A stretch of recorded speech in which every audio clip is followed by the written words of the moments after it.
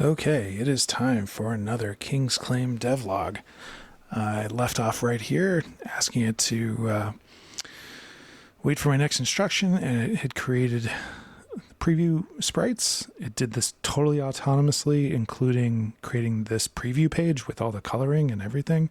All I did was tell it I didn't even have to tell it what I needed modeled. It knew from the game description and specification and everything what it needed to build. I just told it that I wanted the starting sprites to be 8 by 8 pixels, and it came up with all this stuff. So this is pretty cool. So last session also I got the AI to create this test page so I can test the Websocket server and just make sure that works. I did not test it on another port. This 10,001 port is the default port. I want to be able to have it connect to any port that I need it to connect to. So I'll test that real quick, and then what I'm going to have it do is try to see if it can complete the next major task, which is T014C, which is doing the client-side rendering. And so what I hope is that at the end of this devlog, we'll have a client-side render of the game state being shown in real time in the browser on both connected clients. So, okay. So before we do any more AI stuff, I just want to make sure I committed my code and it's pushed. Okay. Let's run the server. It should start on port 10,001 automatically, but if I give it actually 1, 2, 3, 4, 5, oops, that's wrong. Actually, let me test this scenario. This is 1, 2, 3, 4, 5, 6 is an invalid port number. It should error out. Yeah, okay, so it did that correctly. So let's do 1, 2, 3, 4, 5. Okay. And then we'll try to connect here, and it's going to fail. WebSocket error occurred. Do I have this zoomed out? Is that the problem? Oh, no, this is fine.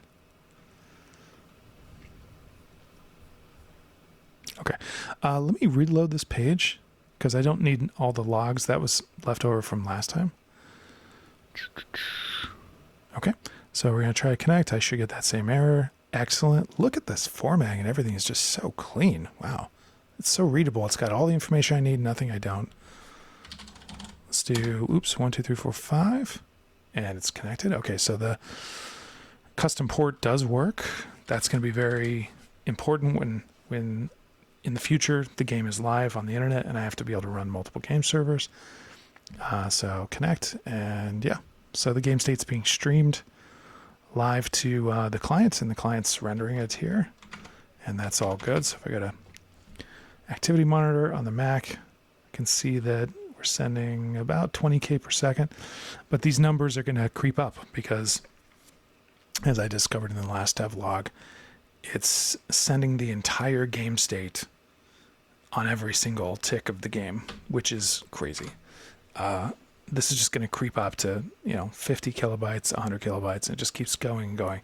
And the longer the game lasts, the more this stuff is the bigger these messages are going to get. It's going to get out of hand. I have a plan to handle that in an upcoming task, but since I'm just testing on localhost right now, it's not really going to matter, because it's not going to matter because I basically have, infinite bandwidth from my browser to my localhost. So I don't need to worry about that. I'm going to disconnect, reload these pages. Player 1 and 2 disconnect, game over. Okay, great. Okay, so then I'm just going to do this on 2, 3, 4, 5, 6. And, oh, wait. Nope. I don't need to run the server just yet. All right. I think I just needed to start on T014C. All right, cool. Go ahead and build out T014C. Let me know when you're done or if you get stuck. Oh, actually, I want to compact my session first, probably. Maybe? I don't know. Do I? Does it matter? Let me look up what the context window size is for Claude Opus. Claude. I'm doing this in another window, by the way. Okay, so it looks like 200,000 tokens, and we're less than half. Oh, it says right here 37%. Yeah, it's fine. Let's just have it start. I think that'll be okay. All right, cool. Start working on that. Implement your client-side game rendering with Canvas API. Let me create a new branch and begin. Awesome. Love it. Love it. These are all the modified files in this session. Oh, it is updating its to-do list, which is awesome. It's like resetting it, and every time it starts on a new task, it's resetting this this to-do list. That's great. But then the entire list of all the files it's modified in this whole session, in these 70,000 tokens, whatever, you know, it created the sprites and the server changes and blah, blah, blah. So, all right. All right, it's going to create the standalone game renderer. This is great. So I don't know. In this session, maybe I'm feeling maybe a little too optimistic, maybe overconfident, but I feel like I can just kind of sit back and let it do this because I just want this one devlog, this devlog I'm doing right now, to arrive at a place where we have client-side rendering real time of the game, even if it's really network inefficient or CPU inefficient. I just want to see it working at all. I imagine this is going to be not that complex, actually, because it just needs to take the game state that's being sent from the server and on every single tick, or on every message received, basically just re-render it. So it shouldn't actually be that crazy. You can see the renderer right here was only 300 lines long, so it's not going to be insane. I like that it's got a toggle for debug to turn on and off the debug stuff. That's great. Okay. I'll replace this with the new comprehensive renderer. Oh, what is it doing? App JavaScript game renderer. Okay. I don't know. I mean, I get what it's doing, but I don't know how it's going to organize the files exactly. So this should be all right.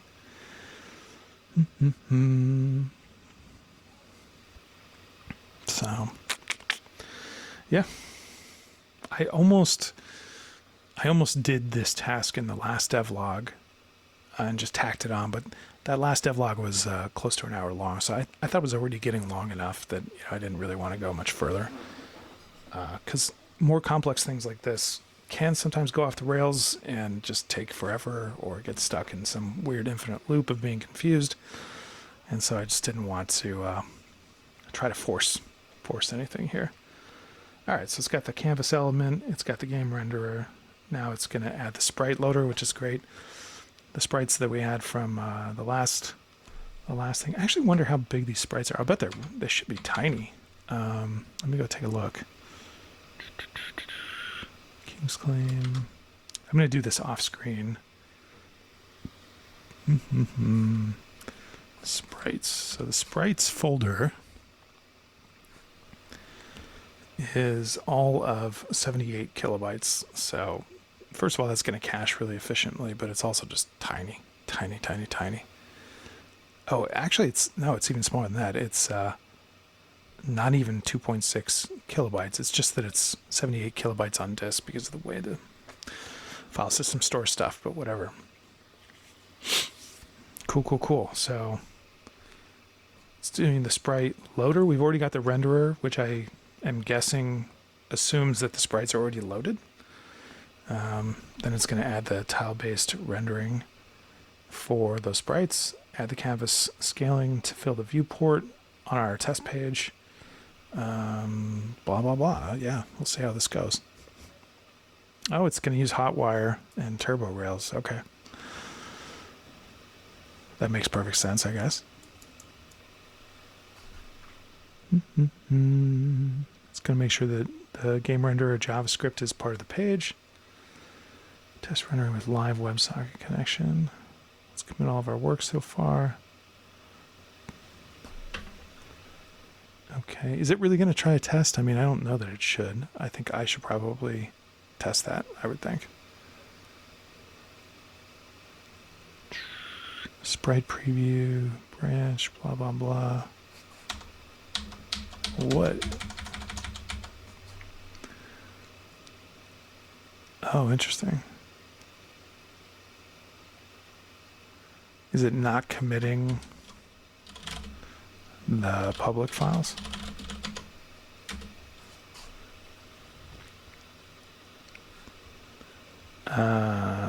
No, it is. It's fine.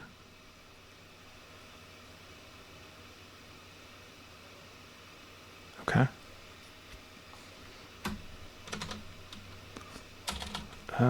Sorry, what is it you're stuck on? I think the sprite files have already been committed.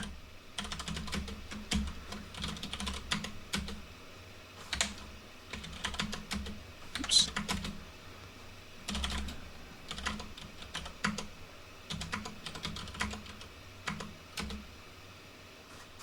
Yeah, so they've already been committed, so I don't think there's a problem. You're correct. Let me continue by committing the current changes and marking the last thing done. Okay. That's fine.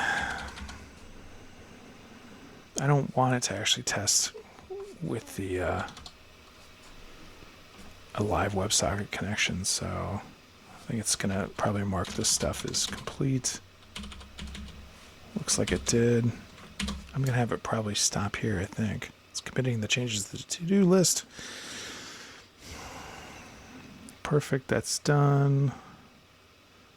So it's just summarizing what it did. Yep. I'm really looking forward to seeing this debug overlay with the FPS counter and all that stuff. I wonder if it works, if it's going to work. Okay, so that's done, supposedly. Thanks, I will test and get back to you. All right. Yeah, that's great. It even asked for feedback and specifically around things that I would want it to know about. So let's go 23456 for the port number. Okay. We should get the connection error here. Yep. But if we go 23456, connect. Connected here, and then backend confirms that it's connected. And we're gonna hit connect, and it should. Oh, you know what? I don't know what page it's supposed to render on. Yeah, okay.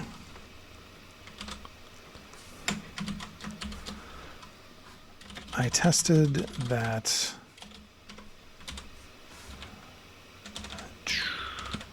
the WebSocket test works, and it does. What web page should I be using to test the renderer? And will it include, well, let's just ask it that.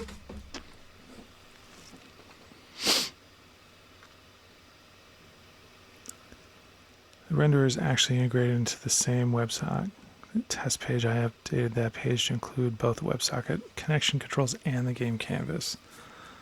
When you go to WebSocket test, you should see left side a blank area with the game canvas, right side connection controls panel. Oh, do I need to like... Oh, I didn't refresh this page. It was here the whole time. Holy crap, look at this thing. I can't believe this. I can't believe that this is working. God, this would have taken me days to do by hand. I mean, wow. Oh, it even color codes the connection status. And it really, I mean, I think it was doing that before, but oh, that's so cool. All right.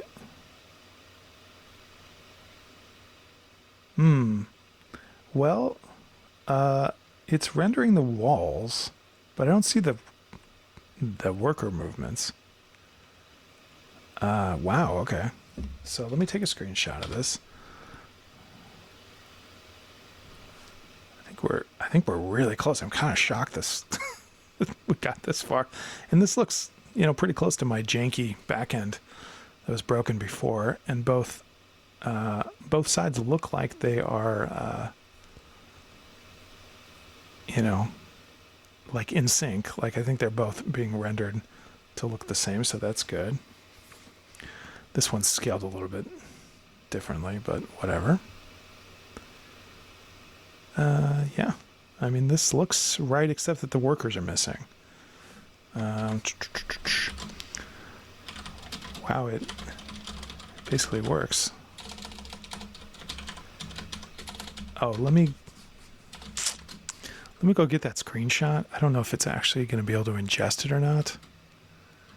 I'm going to do this off screen, but I'm going to move this sample screenshot into a place where I can get to it easily. We're going to call it renderer test 1.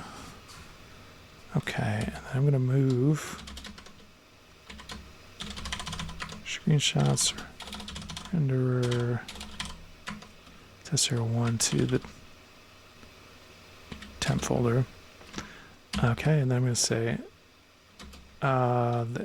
there's one obvious problem, however, which is that the workers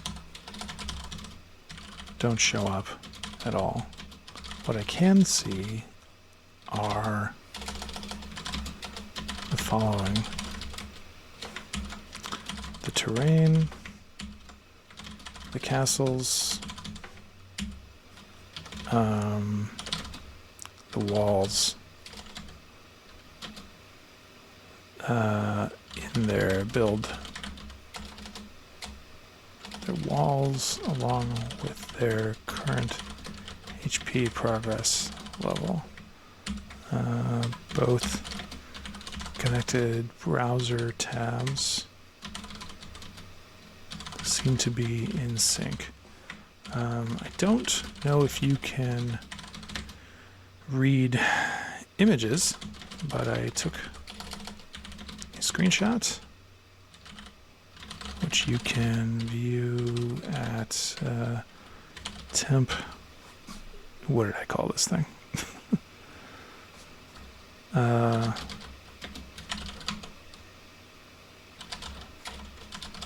Renderer. Let's just copy this path here.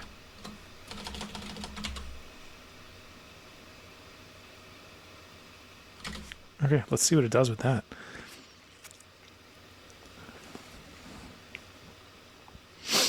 Great to see it's mostly working. I can see the screenshot, this green terrain, the blue and red castles, the gray quarries, and the walls at various build stages, but you're right, no workers are visible. The issue is likely, I don't know if it actually read the file or if it just picked that up from what I actually said. The issue is likely with how the renderer is trying to match workers to players. Let me check the game state structure and fix the worker rendering logic. The issue, blah, blah, blah, blah, blah. Let's go up to what it said. Oh, it's... Yeah, I don't know. It's just sort of...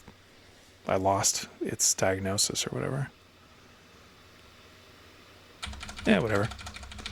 Let it do its thing. Let's see where it gets. All right. Simplify worker to player matching logic. Add fallback using worker index. I don't know what that means really. Add debug logging to diagnose worker structure. Check if worker.player name property for player identification. Blah, blah, blah. Now when you refresh the page and reconnect, you should see workers rendered on the map, see console log showing worker structure. Press F12 to open the browser console. Okay.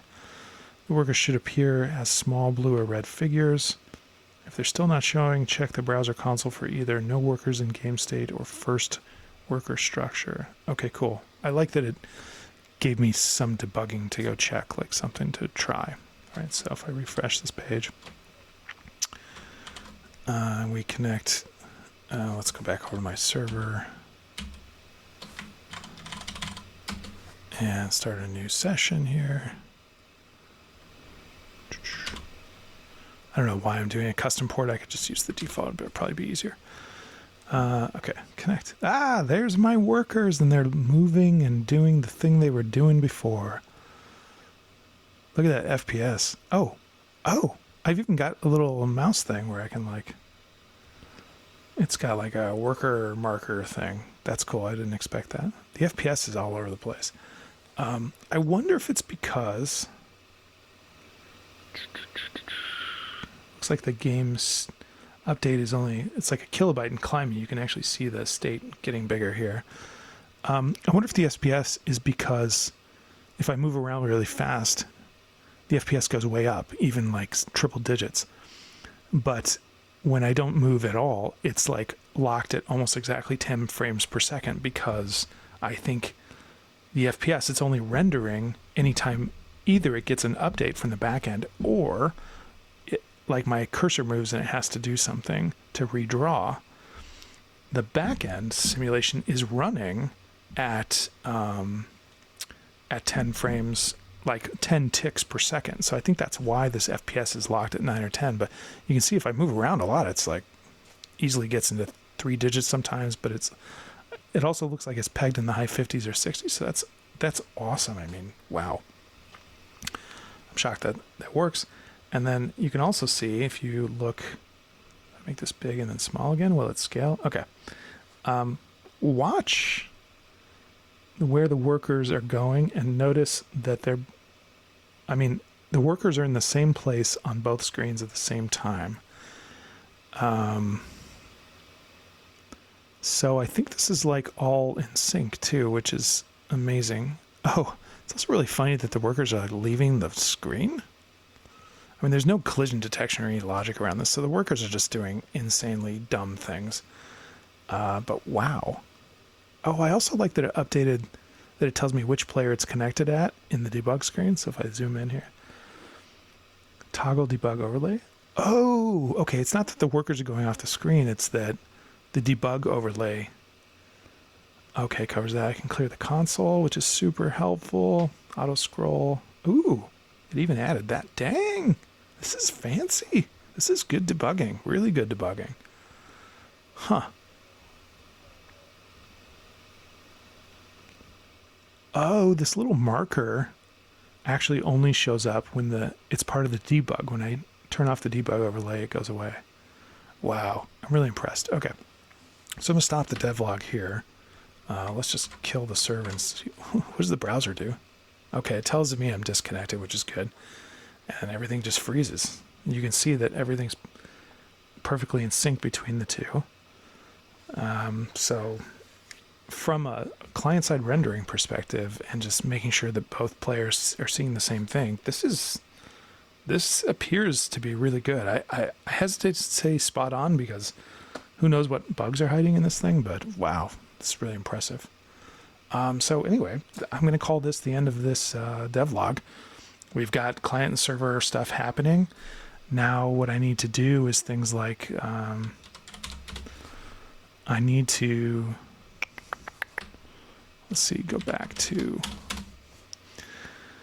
this was my original web page here where I would click start game, but that's basically been replaced with this. So I think I should have the AI replace my old default page with this, because this is way, way, way better.